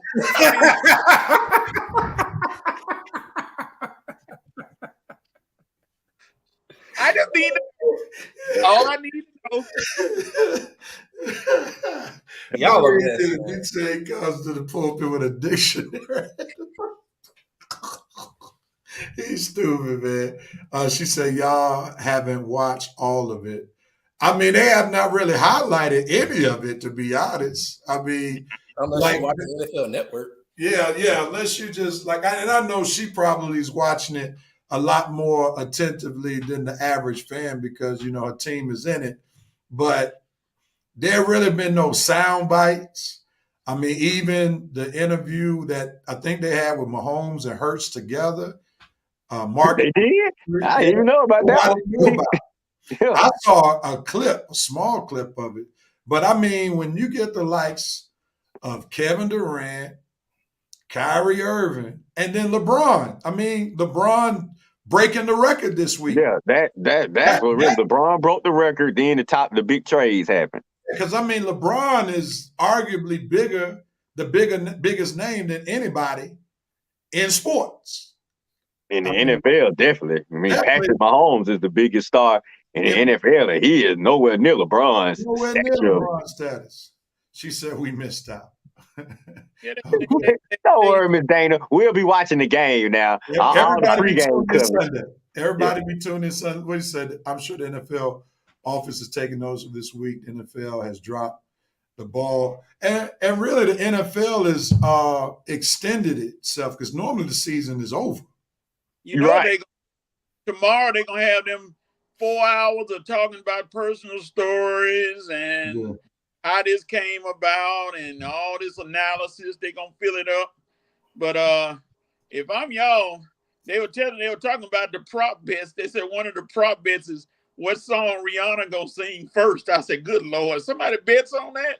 Yeah, they bet on everything. Oh, yeah, prop bet. What the coin toss is going to be, who's going to score the first touchdown. I mean, they do everything for the NFL. And I'd be seeing stuff like when I go to some Super Bowl parties, especially when I lived in Atlanta, man, they have folk betting on everything. I mean, in front of the television, they got pools of money just trying to find something to bet on.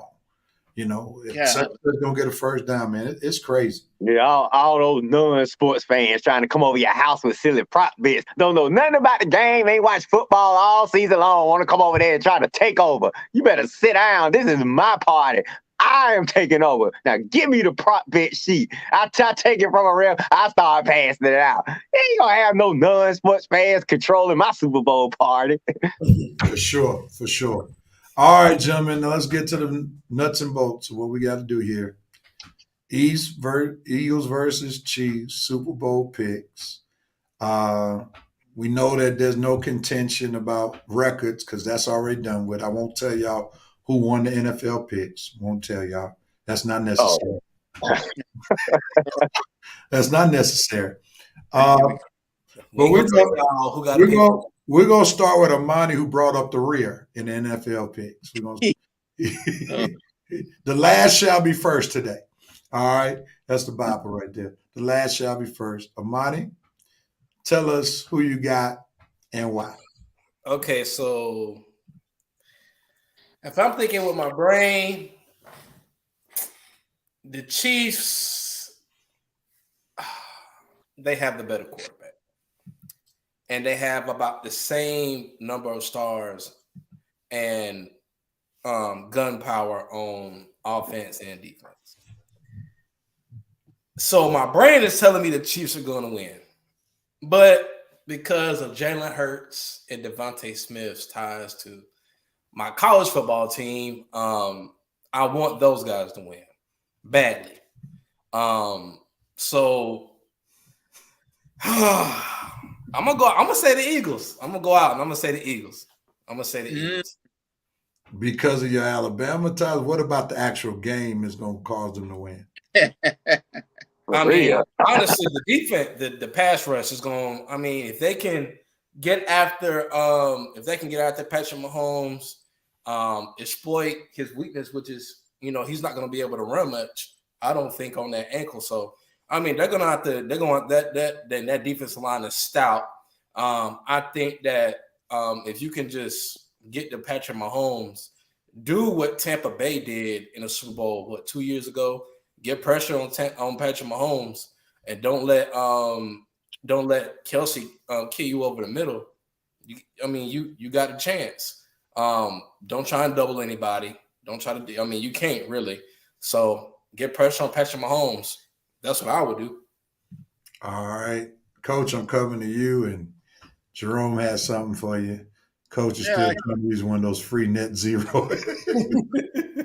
I mean, we talk about the Super Bowl. He's still trying to come back because he feels slighted. Google is your friend. Stop feeling it's okay. We talk about the Super Bowl. All right. Go before you start. I'll talk. The eagle is God's bread. There you go. That's See what I'm talking about? See what I'm talking about? Bread. What is a bread? Come on, man. See this stuff writes itself. I think he did that one on. I hope he did that one on purpose. Oh man, he probably tried to use 2 fingers and messed up. Oh Lord! All right, Coach. Sister Dana said, "Who will stop all the power on our D line?" We'll talk about that in just a minute. Coach, who you got, man? Who you got to win in this game? Ooh. This is the one that's going to be tough to call because what Sister Dana just said, the Eagles got a defensive line.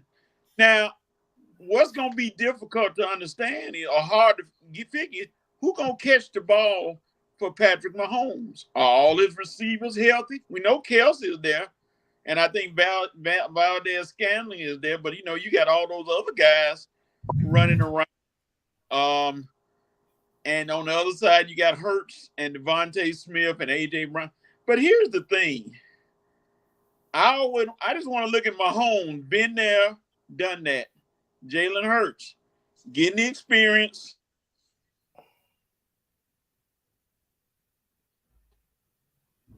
Oh Lord. Oh Lord. It would be funny if we just sat there and just waited for him to come back. All right, Coach, man, you're doing the mannequin challenge right now. Red, all right, tell us who's winning. I know who you're going for, but tell us why they winning. Well, I was, but it seemed like, man, really, like everybody jumping on one bandwagon, trying to leave you out here on the island. I might have to come through and save you, man. I think I might come through and save you, real. I think I'm gonna pull for greatness. I was gonna pull for the underdog, for Team Green, for the pure black quarterback, not the biracial black quarterback. Gosh. but Dang. my bad, John. My bad, I'm buddy. I hope that was a low blow. My bad, Pat Mahomes. Yo, Brittany just does something to me. She talks so much trash, man. Yeah, That she was more does, exciting, his wife Brittany does. Mahomes. But I think I'm gonna ride with real, man. I think I'm gonna go for greatness. Go for Mahomes getting his second ring. I mean, I know he's a little injured, but hey, the man balled out last week versus Cincy. They talked so much trash, and his team came out and balled. And don't forget now, y'all talking about the Eagles' defensive line. Don't forget who was second in sacks in the NFL. Now, the Eagles might have had 70-something sacks, but the Chiefs had 60-something sacks. So their defensive line is just as ferocious. So I guess the game is gonna come down to what defense can get more pressure on which quarterback. And in the end, which quarterback can survive the defense. Mahomes has got a challenge for him because those Eagles defenders aren't no joke. Hassan Reddick, Brandon Graham, I mean, those guys on that D-line are gonna be coming at him. But Mahomes ain't no rookie. He's faced top defenses before, and he's survived top defenses before. So, hey, this is the Super Bowl. The man already lost one Super Bowl. I don't think he want that losing feeling again. Not this soon, anyway. He is the man. He is going to put his team on his back. Travis Kelce is going to be ready. I love you, Miss Dana. I'm sorry, Miss Dana. But I'm going with Rev, and it's gonna be 2 rings for Mahomes. He's gonna make up for that loss to Tampa Bay. This guy is a dog. He proved it last week. He's gonna prove it again. It's gonna be Pat Mahomes. It's gonna be Big Red, Travis Kelce, 2-time Super Bowl champion, Kansas City Chiefs. That'll take a little pressure off Rev. But those Eagle fans gonna be pretty mad next week, Rev, when they get to church. So, boy, I'm praying for Rev to survive this blowback or the aftermath of the game next week. But I think he'll be okay. He's done some good things up in Coatesville, Pennsylvania. They'll eventually get over it because they got plenty of good things to look for in their sports world. You got Phillies, you got the Sixers. Y'all will be able to survive. But the Chiefs are coming to play, and the Eagles just going to come up one game short. But you had a good season. 34-20. They're gonna get them by 10. 34 Oh man, you gave him 10 points. Okay, Coach. Red, I got your title for your sermon already. What's that? When your best wasn't good enough. Okay. Coach, who did you decide? I'm gonna go with the Chiefs just barely because I just don't. Hurts has never experienced that kind of all-around pressure. He may be able to come through. But it may be it's a coin flip to me. I'm just gonna go with the Chiefs because just Mahomes is that kind of magician that does things that you don't expect him to do. And if the Eagles can't get to him, they're in trouble. And they might, but they're in trouble. I'm gonna go Chiefs 34-31. I just hope that Jalen Hurts learned from his last championship game when he got benched. But anyway. So this is what we gotta understand. Uh-oh. The NFL is a game of quarterbacks. Correct. We look at the playoffs so far. Correct. Typically, every game that has been won has been won by the team that has the better quarterback. Mm-hmm. I mean, let's just think about it. Maybe Brock Purdy was playing better than Dak, and that's why. Oh yeah, Dak sucked. Brock Purdy was better than him. So here's the thing. Mm-hmm. We cannot look at what the Buccaneers did to the Chiefs because that's when the Chiefs were down 3 offensive linemen. And now the Chiefs have arguably one of the best offensive lines in the league. So they addressed them last week. the O-line, they addressed the depth of the O-line. The major question is, how healthy is Patrick Mahomes?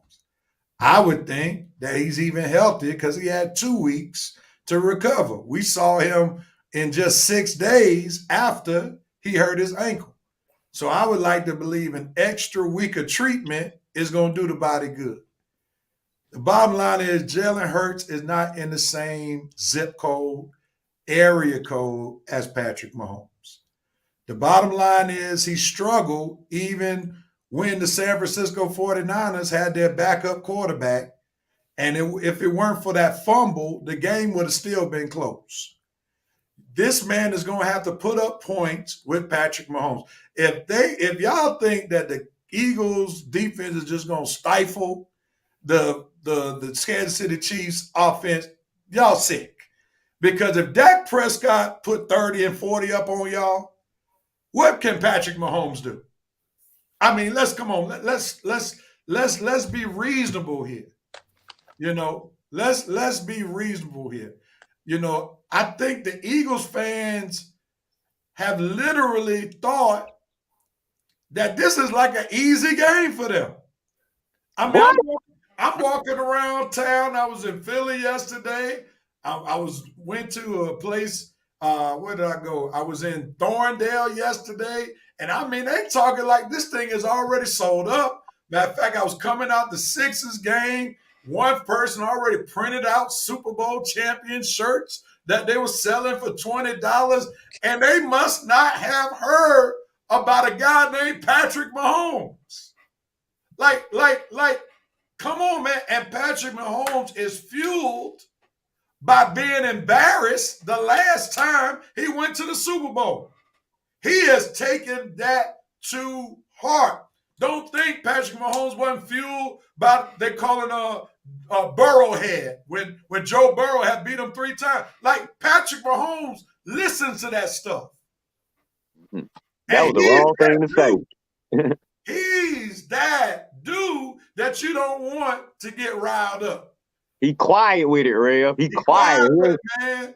He's quiet with it, and I just don't see Jalen Hurts being able to play point for point, possession for possession with the Kansas City Chiefs and Patrick Mahomes. And this is why the Eagles will come up short. I'm going to see a lot of sadness. The one thing I learned when the Phillies made the World Series, once the Phillies lost, I ain't seen nothing red in a long time. So I guess I'm going to be free from green next week because I ain't going to see much green next week once the Kansas City Chiefs win this championship. And here's the last thing I'm going to say. We know we got a lot of young and up-and-coming quarterbacks. Joe Burrow, Allen, your boy in San Diego, Herbert, and so forth, so on. Patrick Mahomes knows if he wins this game, 2 Super Bowls will clearly separate him from the pack. 2 Super Bowls, 2 MVPs. That's extra motivation for that dude. And let's not forget, Andy Reid has an axe to grind with the Philadelphia Eagles because they fired him. And let's remember, Sirianni has been coaching like he's playing PlayStation at times. Goes for a lot of 4th downs and so forth and so on. And his team was better than most teams, and he could do stuff like that. But you mess around, go 4th and 1 and 4th and 2 and give Patrick Mahomes a short field. See what's going to happen. See what's going to happen. Ultimate destruction. See what's going to happen. Because he's been getting away with that stuff because they have not played great quarterbacks. They played one quarterback, and he wasn't himself this year, and that was Aaron Rodgers. Everybody else, who did they really play? NFC don't really have any Exactly. dominant quarterbacks. Exactly. You could get away doing that against Dak and, who was the quarterback for the Commanders and the backup quarterback for the Cowboys. Kirk Cousins. Yeah, Kirk Cousins. But you cannot do that against Patrick Mahomes. Patrick Mahomes, man, that's a whole nother ballgame. Now, remind Jerome what he said, because if by chance the Chiefs lose, I won't hear nothing about no curse, because he's saying I'm at that prayer service on Monday. So he's saying the Chiefs going to win. So I don't want to hear him talking about Rev is a curse when if the Chiefs lose. But anyway, I think it's just going to be a welcome to what real quarterback looks like. Oh yeah, okay, Jerome. Yeah, you just said that you gang up. You giving up your trash talking now. If you gonna let Real, if you gonna support Real with the Chiefs, I thought you'd be against them. Case, Case. You don't mess up now. Huh? Is Armani the only one with the Eagles? Well, Armani, you may have bragging rights if they win. It's just an emotion. I mean, it's not a logical pick. It's an emotional pick. So I mean, I wouldn't put much stock into it. Now he said Maurice Thor says they have the better O-line. They have a trio of running backs who can do some damage. That's great. But the Chiefs got Patrick Mahomes. I mean, Patrick Mahomes is the Jordan of this era of football. Yeah. I mean, let's just put it where it is. Yep. The man has been in the AFC Championship game every year he's been a starter. Third Super Bowl in 5 years. I mean, the dude is a monster, man. And if Jalen Hurts somehow plays well and the Eagles win the game, I'll give him his props. Yeah, I will admit that, I was wrong in terms of him being a starter. I don't think the Eagles will win because Jalen Hurts had a great game. If they win, I think their defense would have been dominant. And people, I don't think he can go point for point, possession for possession with Patrick Mahomes. Honestly, Rev, I think the Eagles they're gonna have to knock him out. If they don't knock him out the game, it's a wrap. If he play 4 quarters, he gonna handle business. I just don't see. This is the game he been wanting to get to. This is the game he's seeking revenge from that loss. Most quarterbacks don't like losing Super Bowls. And this kid right here, like you say, he's Brady. Once Brady retired. So Pat Mahomes is Brady going in the next season. So unless the Eagles knock him out the game, if Patrick Mahomes play 4 quarters, it's gonna be over because that dude is gonna make some plays. He's gonna make plays. Travis gonna make plays. You're not gonna look up at the scoreboard 3rd quarter and see 0 points from the Chiefs or 7 points. Like you say, Eagles, y'all gonna have to score some points because Pat gonna score some points. Travis gonna be there. I don't know. One of them receivers gonna step up. That's thing real. We don't know who it is. One of those receivers gonna step up like that running back stepped up when they won that first Super Bowl. One of these unnamed receivers who we not thinking about right now. You're gonna be like, where did he come from? The Juju got 1 million reasons to step up tomorrow. Juju, yeah. I just read. If he plays 50% of the snaps in the Super Bowl, he gets $1 million bonus. I'm like Denzel Washington with Juju. That disloyal.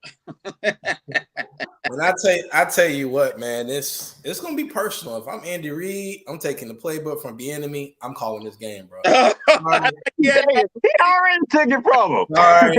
I'm sorry. I love you, Eric, but no, this is gonna be because it's personal. I mean, they fired Andy Reid I don't think he deserved to be fired from that organization, but this is personal. So I mean, he already took the playbook from him. All the stops will be made. Ain't gonna be no Eric Bieniemy, Patrick Mahomes arguing on this. Ain't gonna be none of that. Mm-mm. But here's the thing. Where's he did it all without Tyreek Hill. They thought it was gonna take a collapse without Tyreek Hill. That was the impressive feat right there because everybody was like, Mahomes changed his game. He said, "Okay, y'all want to take the deep ball from me? I'll just throw it into the flats. I can dink and dunk. I can dink and dunk all day long, and then just have the occasional run, and then hit you with the big play. And then he's mobile enough to get you a few yards. I mean, he is definitely hard to stop, and he has motivation. Andy Reid has motivation, and I think the Eagles fans are just taking this Kansas City Chiefs team too lightly, man. Like they acting like Kirk Cousins is the quarterback over there. They listening to Jalen Hurts speeches, man. They listening to too many speeches. Yeah, man. It's like before you, I had a purpose before you had an opinion. Preach, Jalen. Preach. I mean, that sounds good in church, but it ain't gonna put no points on the board. You got a pot to piss in, or what are they throwing out of? Ain't no oozes made at all. I mean, where are these speeches coming from, Jalen? Well, he got more speeches and motivational excerpts than anything. And see, my biggest issue is I seen that man literally fold in a championship game. Oh, Alabama. I seen the man do it, man. I seen the man get yanked, and I'm sorry, Rev. I don't mean to cut you off. And then we get flack. Oh, well, y'all can't claim Jalen Hurts because listen, if Jalen Hurts had to stay in the game, this would be Kirby Smart's third championship. If he had to stay in the game. So let's cut that out. If he had to stay in the game, we would have lost. Period. But I'm just looking at Mahomes.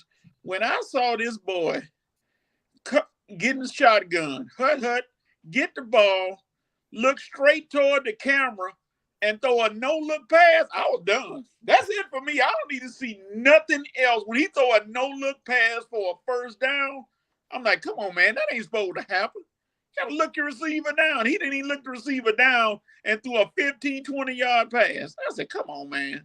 Underhand, behind the back, between his legs, on his toes, sitting down, he threw a pass. Come on, man. I wish we had a quarterback like that. But Well, I'm going to say this. As we get ready to bring this to a close, I think the first quarter will tell us a lot about how the game is going to go. If the Eagles get down early, it's over. It's over. It's over. It's over. Yeah. It's over. No. Stick a foot. The Eagles will have to control the offensive line. Their running game is going to have to be at its peak because I just don't see Jalen Hurts being able to pick the Kansas City Chiefs defense apart. Also, it's going to be interesting to see how his running, if it will be compromised or not because he's hurt or, the extent of his injury. But the Eagles need to be in front in order for this to be a game. They go down 2 touchdowns or so, it's a wrap. It's a wrap. That's what you want. I hope nobody gets hurt. I hope it's a clean game all the way through. Nobody gets hurt. Best man wins. That's what I want to see. Best man win. Well, if that's the case, Chiefs gonna win. Well, I don't think KD is gonna be nowhere near the game, coach. So I don't know about the best man. All right, man. Let's shift gears, man. Let's get ready to put a bow on this show. Thank y'all, Revenant Nation, for blessing us with your comments. Jerome and Coach, classic, going back and forth, good fun as always. We got one more comment for you, Real. Oh, we got one more. I think Jerome do. We talking about Hurts. Oh, he said, wait, Hurts was a college kid when he got pulled. You can't hang that over his head after his years in the NFL. It's a big moment. The point is, it's a big moment. It's a big moment, man. He ain't played in no big championship game. Since then, he ain't played. Yeah, since then. Yeah, he done walked through. I mean, they didn't have no points of contention in either one of their playoff games. Come on, bro. Uh-oh. I'm sorry. What's up, Coach? You and Armani just said what y'all just say. It's a big moment, right? Yeah. Like when he first learned to use a computer. Stupid, man. All All right, who has the right to do what, when, where, and how? Who wants at it first? South Carolina and LSU. You got the stage tomorrow. The two number 1 and number 3 teams in the country, both are undefeated. You got the right to give us a precursor to what could be the national championship game playing tomorrow before the Super Bowl. Give us a good game. No blowouts. Make it a good game. Hope your team win, Vince. Who wants at it? Who has the right to do what, when, where, and how? Pat McPhee and Shannon Sharp, y'all have the right to donate to Brett Favre. Just help him out. He needs it. I mean, he's suing y'all. You ain't even got to give him the foot. Just give him $1 million so he can give the people their money back. Because I mean, that again, this is what this is about. He ain't got the money to give it back, which is why he started doing it to begin with. So he's trying to get y'all for defamation. Just give y'all have the right just to donate, give the people their money back. That's it. Red, who has the right to do what, when, where, how? The Fox show Speak. You got the right to get rid of Joy Taylor. Okay. God, dog, Red. Why should we get rid of- Sorry. She get over. She just irritating. Lord have her. She You said Joy Taylor? Joy Taylor. Oh no, Tired of listening to her. I can watch her. I can look at her, but I don't like to hear her.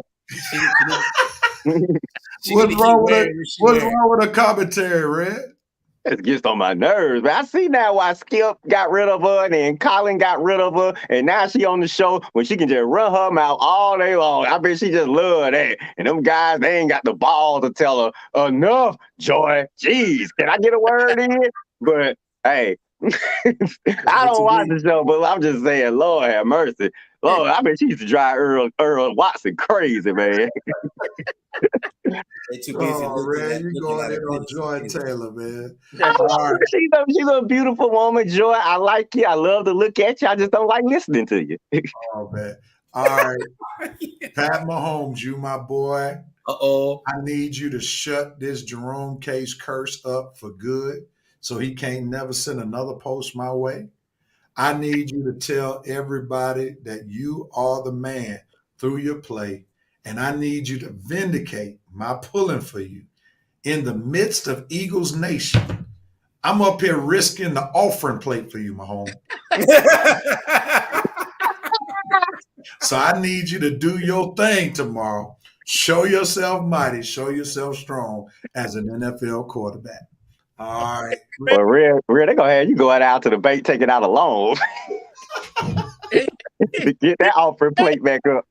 Well, Rev, your dinner is covered for one day next week, so don't worry. Got to ask this question: who got the most to lose tomorrow? Ooh, Jalen Hurts. Yeah. Oh, you think? I think he'll still get his contract. You don't think he'll get his contract with a loss? I think it won't be as high. I think the check would be blank if he wins. Right. The check. Now, does